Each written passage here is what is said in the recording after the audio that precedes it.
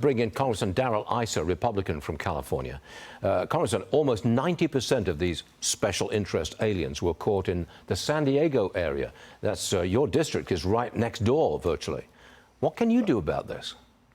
Well, a number of things. First of all, the countries you mentioned, these countries technically require visas to pass through them. For example, Turkey.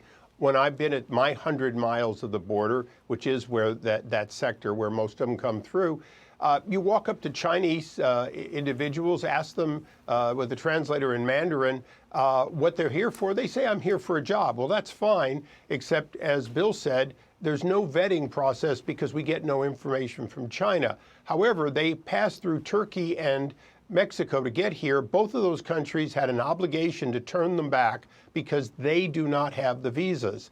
They don't do it, just the opposite. These technical allies, this president could insist that they either keep them in their own country, which is the law, or deny them the ability to put them back on an airplane because they lack visas to transit those countries or come here. Knowing that that's not going to happen, all I can really do is invite you and Bill to come back to my border to see it for yourself. It is an eye-opener. You interview these individuals. They are happy to tell you how they got here and what they paid, and the fact that they're coming because the border is open and California is open. My governor, sits on a sanctuary state. He wants money.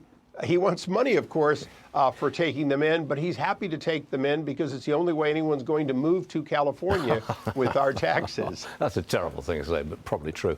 Congressman, this is just coming at us now. We've got a new report.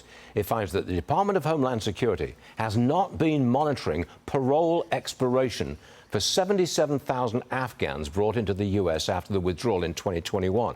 Do you think this is a problem? It's a problem because the first Afghans that got on those aircraft, not the ones that fell off that were still trying to get there, but the ones that were inside, sadly, they were not vetted at all. And many of them either never got vetted because they walked away, or they got vetted very briefly because they accepted who they said they were. And those are the ones we're most concerned about. As time went on, the vetting became extraordinary. Many of these people sat in Qatar needlessly, even though they'd been SIVs and they'd done a lot for America. So yes, it concerns me a lot because we've already found some of them were in fact on our watch list. Some of them were from that prison, the 5,000 that were opened just before the fall of Afghanistan. Last one for you, Congressman. I've said repeatedly that Gavin Newsom, your governor, wants to be president. But he's really racked up a long list of what I would call failures. He's made a mess of California. If that's the case in his home state, how can he become the president of all the states, the United States? Has he got a shot, do you think? He's a Democrat, so he can fail up. Obviously, Joe Biden failed up from his basement.